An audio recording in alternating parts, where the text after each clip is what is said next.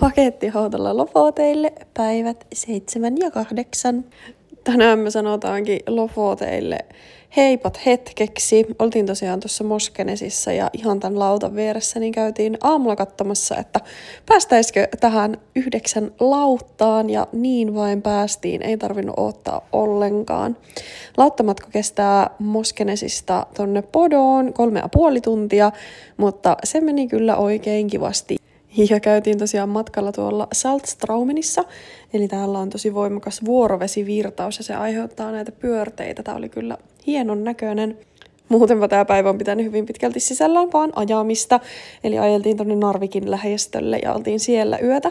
Tässä matkalla oli myös tämmöinen pikkuinen lauttamatka, kesti noin 25 minuuttia ja siis vitsi oli niin lähellä, että me oltaisiin hypätty väärään lauttaan, joka olisi mennyt takaisin sinne Lofoteille, Lodingeniin, eli mistä periaatteessa.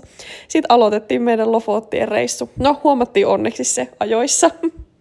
Sittenpä reissumuonat alkaa olemaan pikkusen jo vähissä, niin aamupalaksi vedettiin nuudeleita. Matkalla pysähyttiin jätskitauolle ja sittenpä ei mitään muuta kuin ajamista vaan. Ja vihdoin ja viimein päästiin sitten tonne Suomen puolelle. Ja tää oli kyllä hauska, että oikeasti kirjaimellisesti siinä Suomen rajalla niin alkoi satamaan vettä. Pysähyttiin tuossa Sannan putiikissa vielä munkkikahvilla. Lämmin suositus muuten, jos olet täällä päin, eli 50 senttiä on 50 senttiä munkkikahvit. Ja sitten me ajeltiinkin tonne Muonioon mökille vielä yöksi ennen sitten kotimatkaa Rovaniemelle. Mut hei, kiva kun seurasit meidän reissua ja kommentoi, jos kiinnostaa nähdä lisää jotain tämän tyylisiä videoita. Moikka!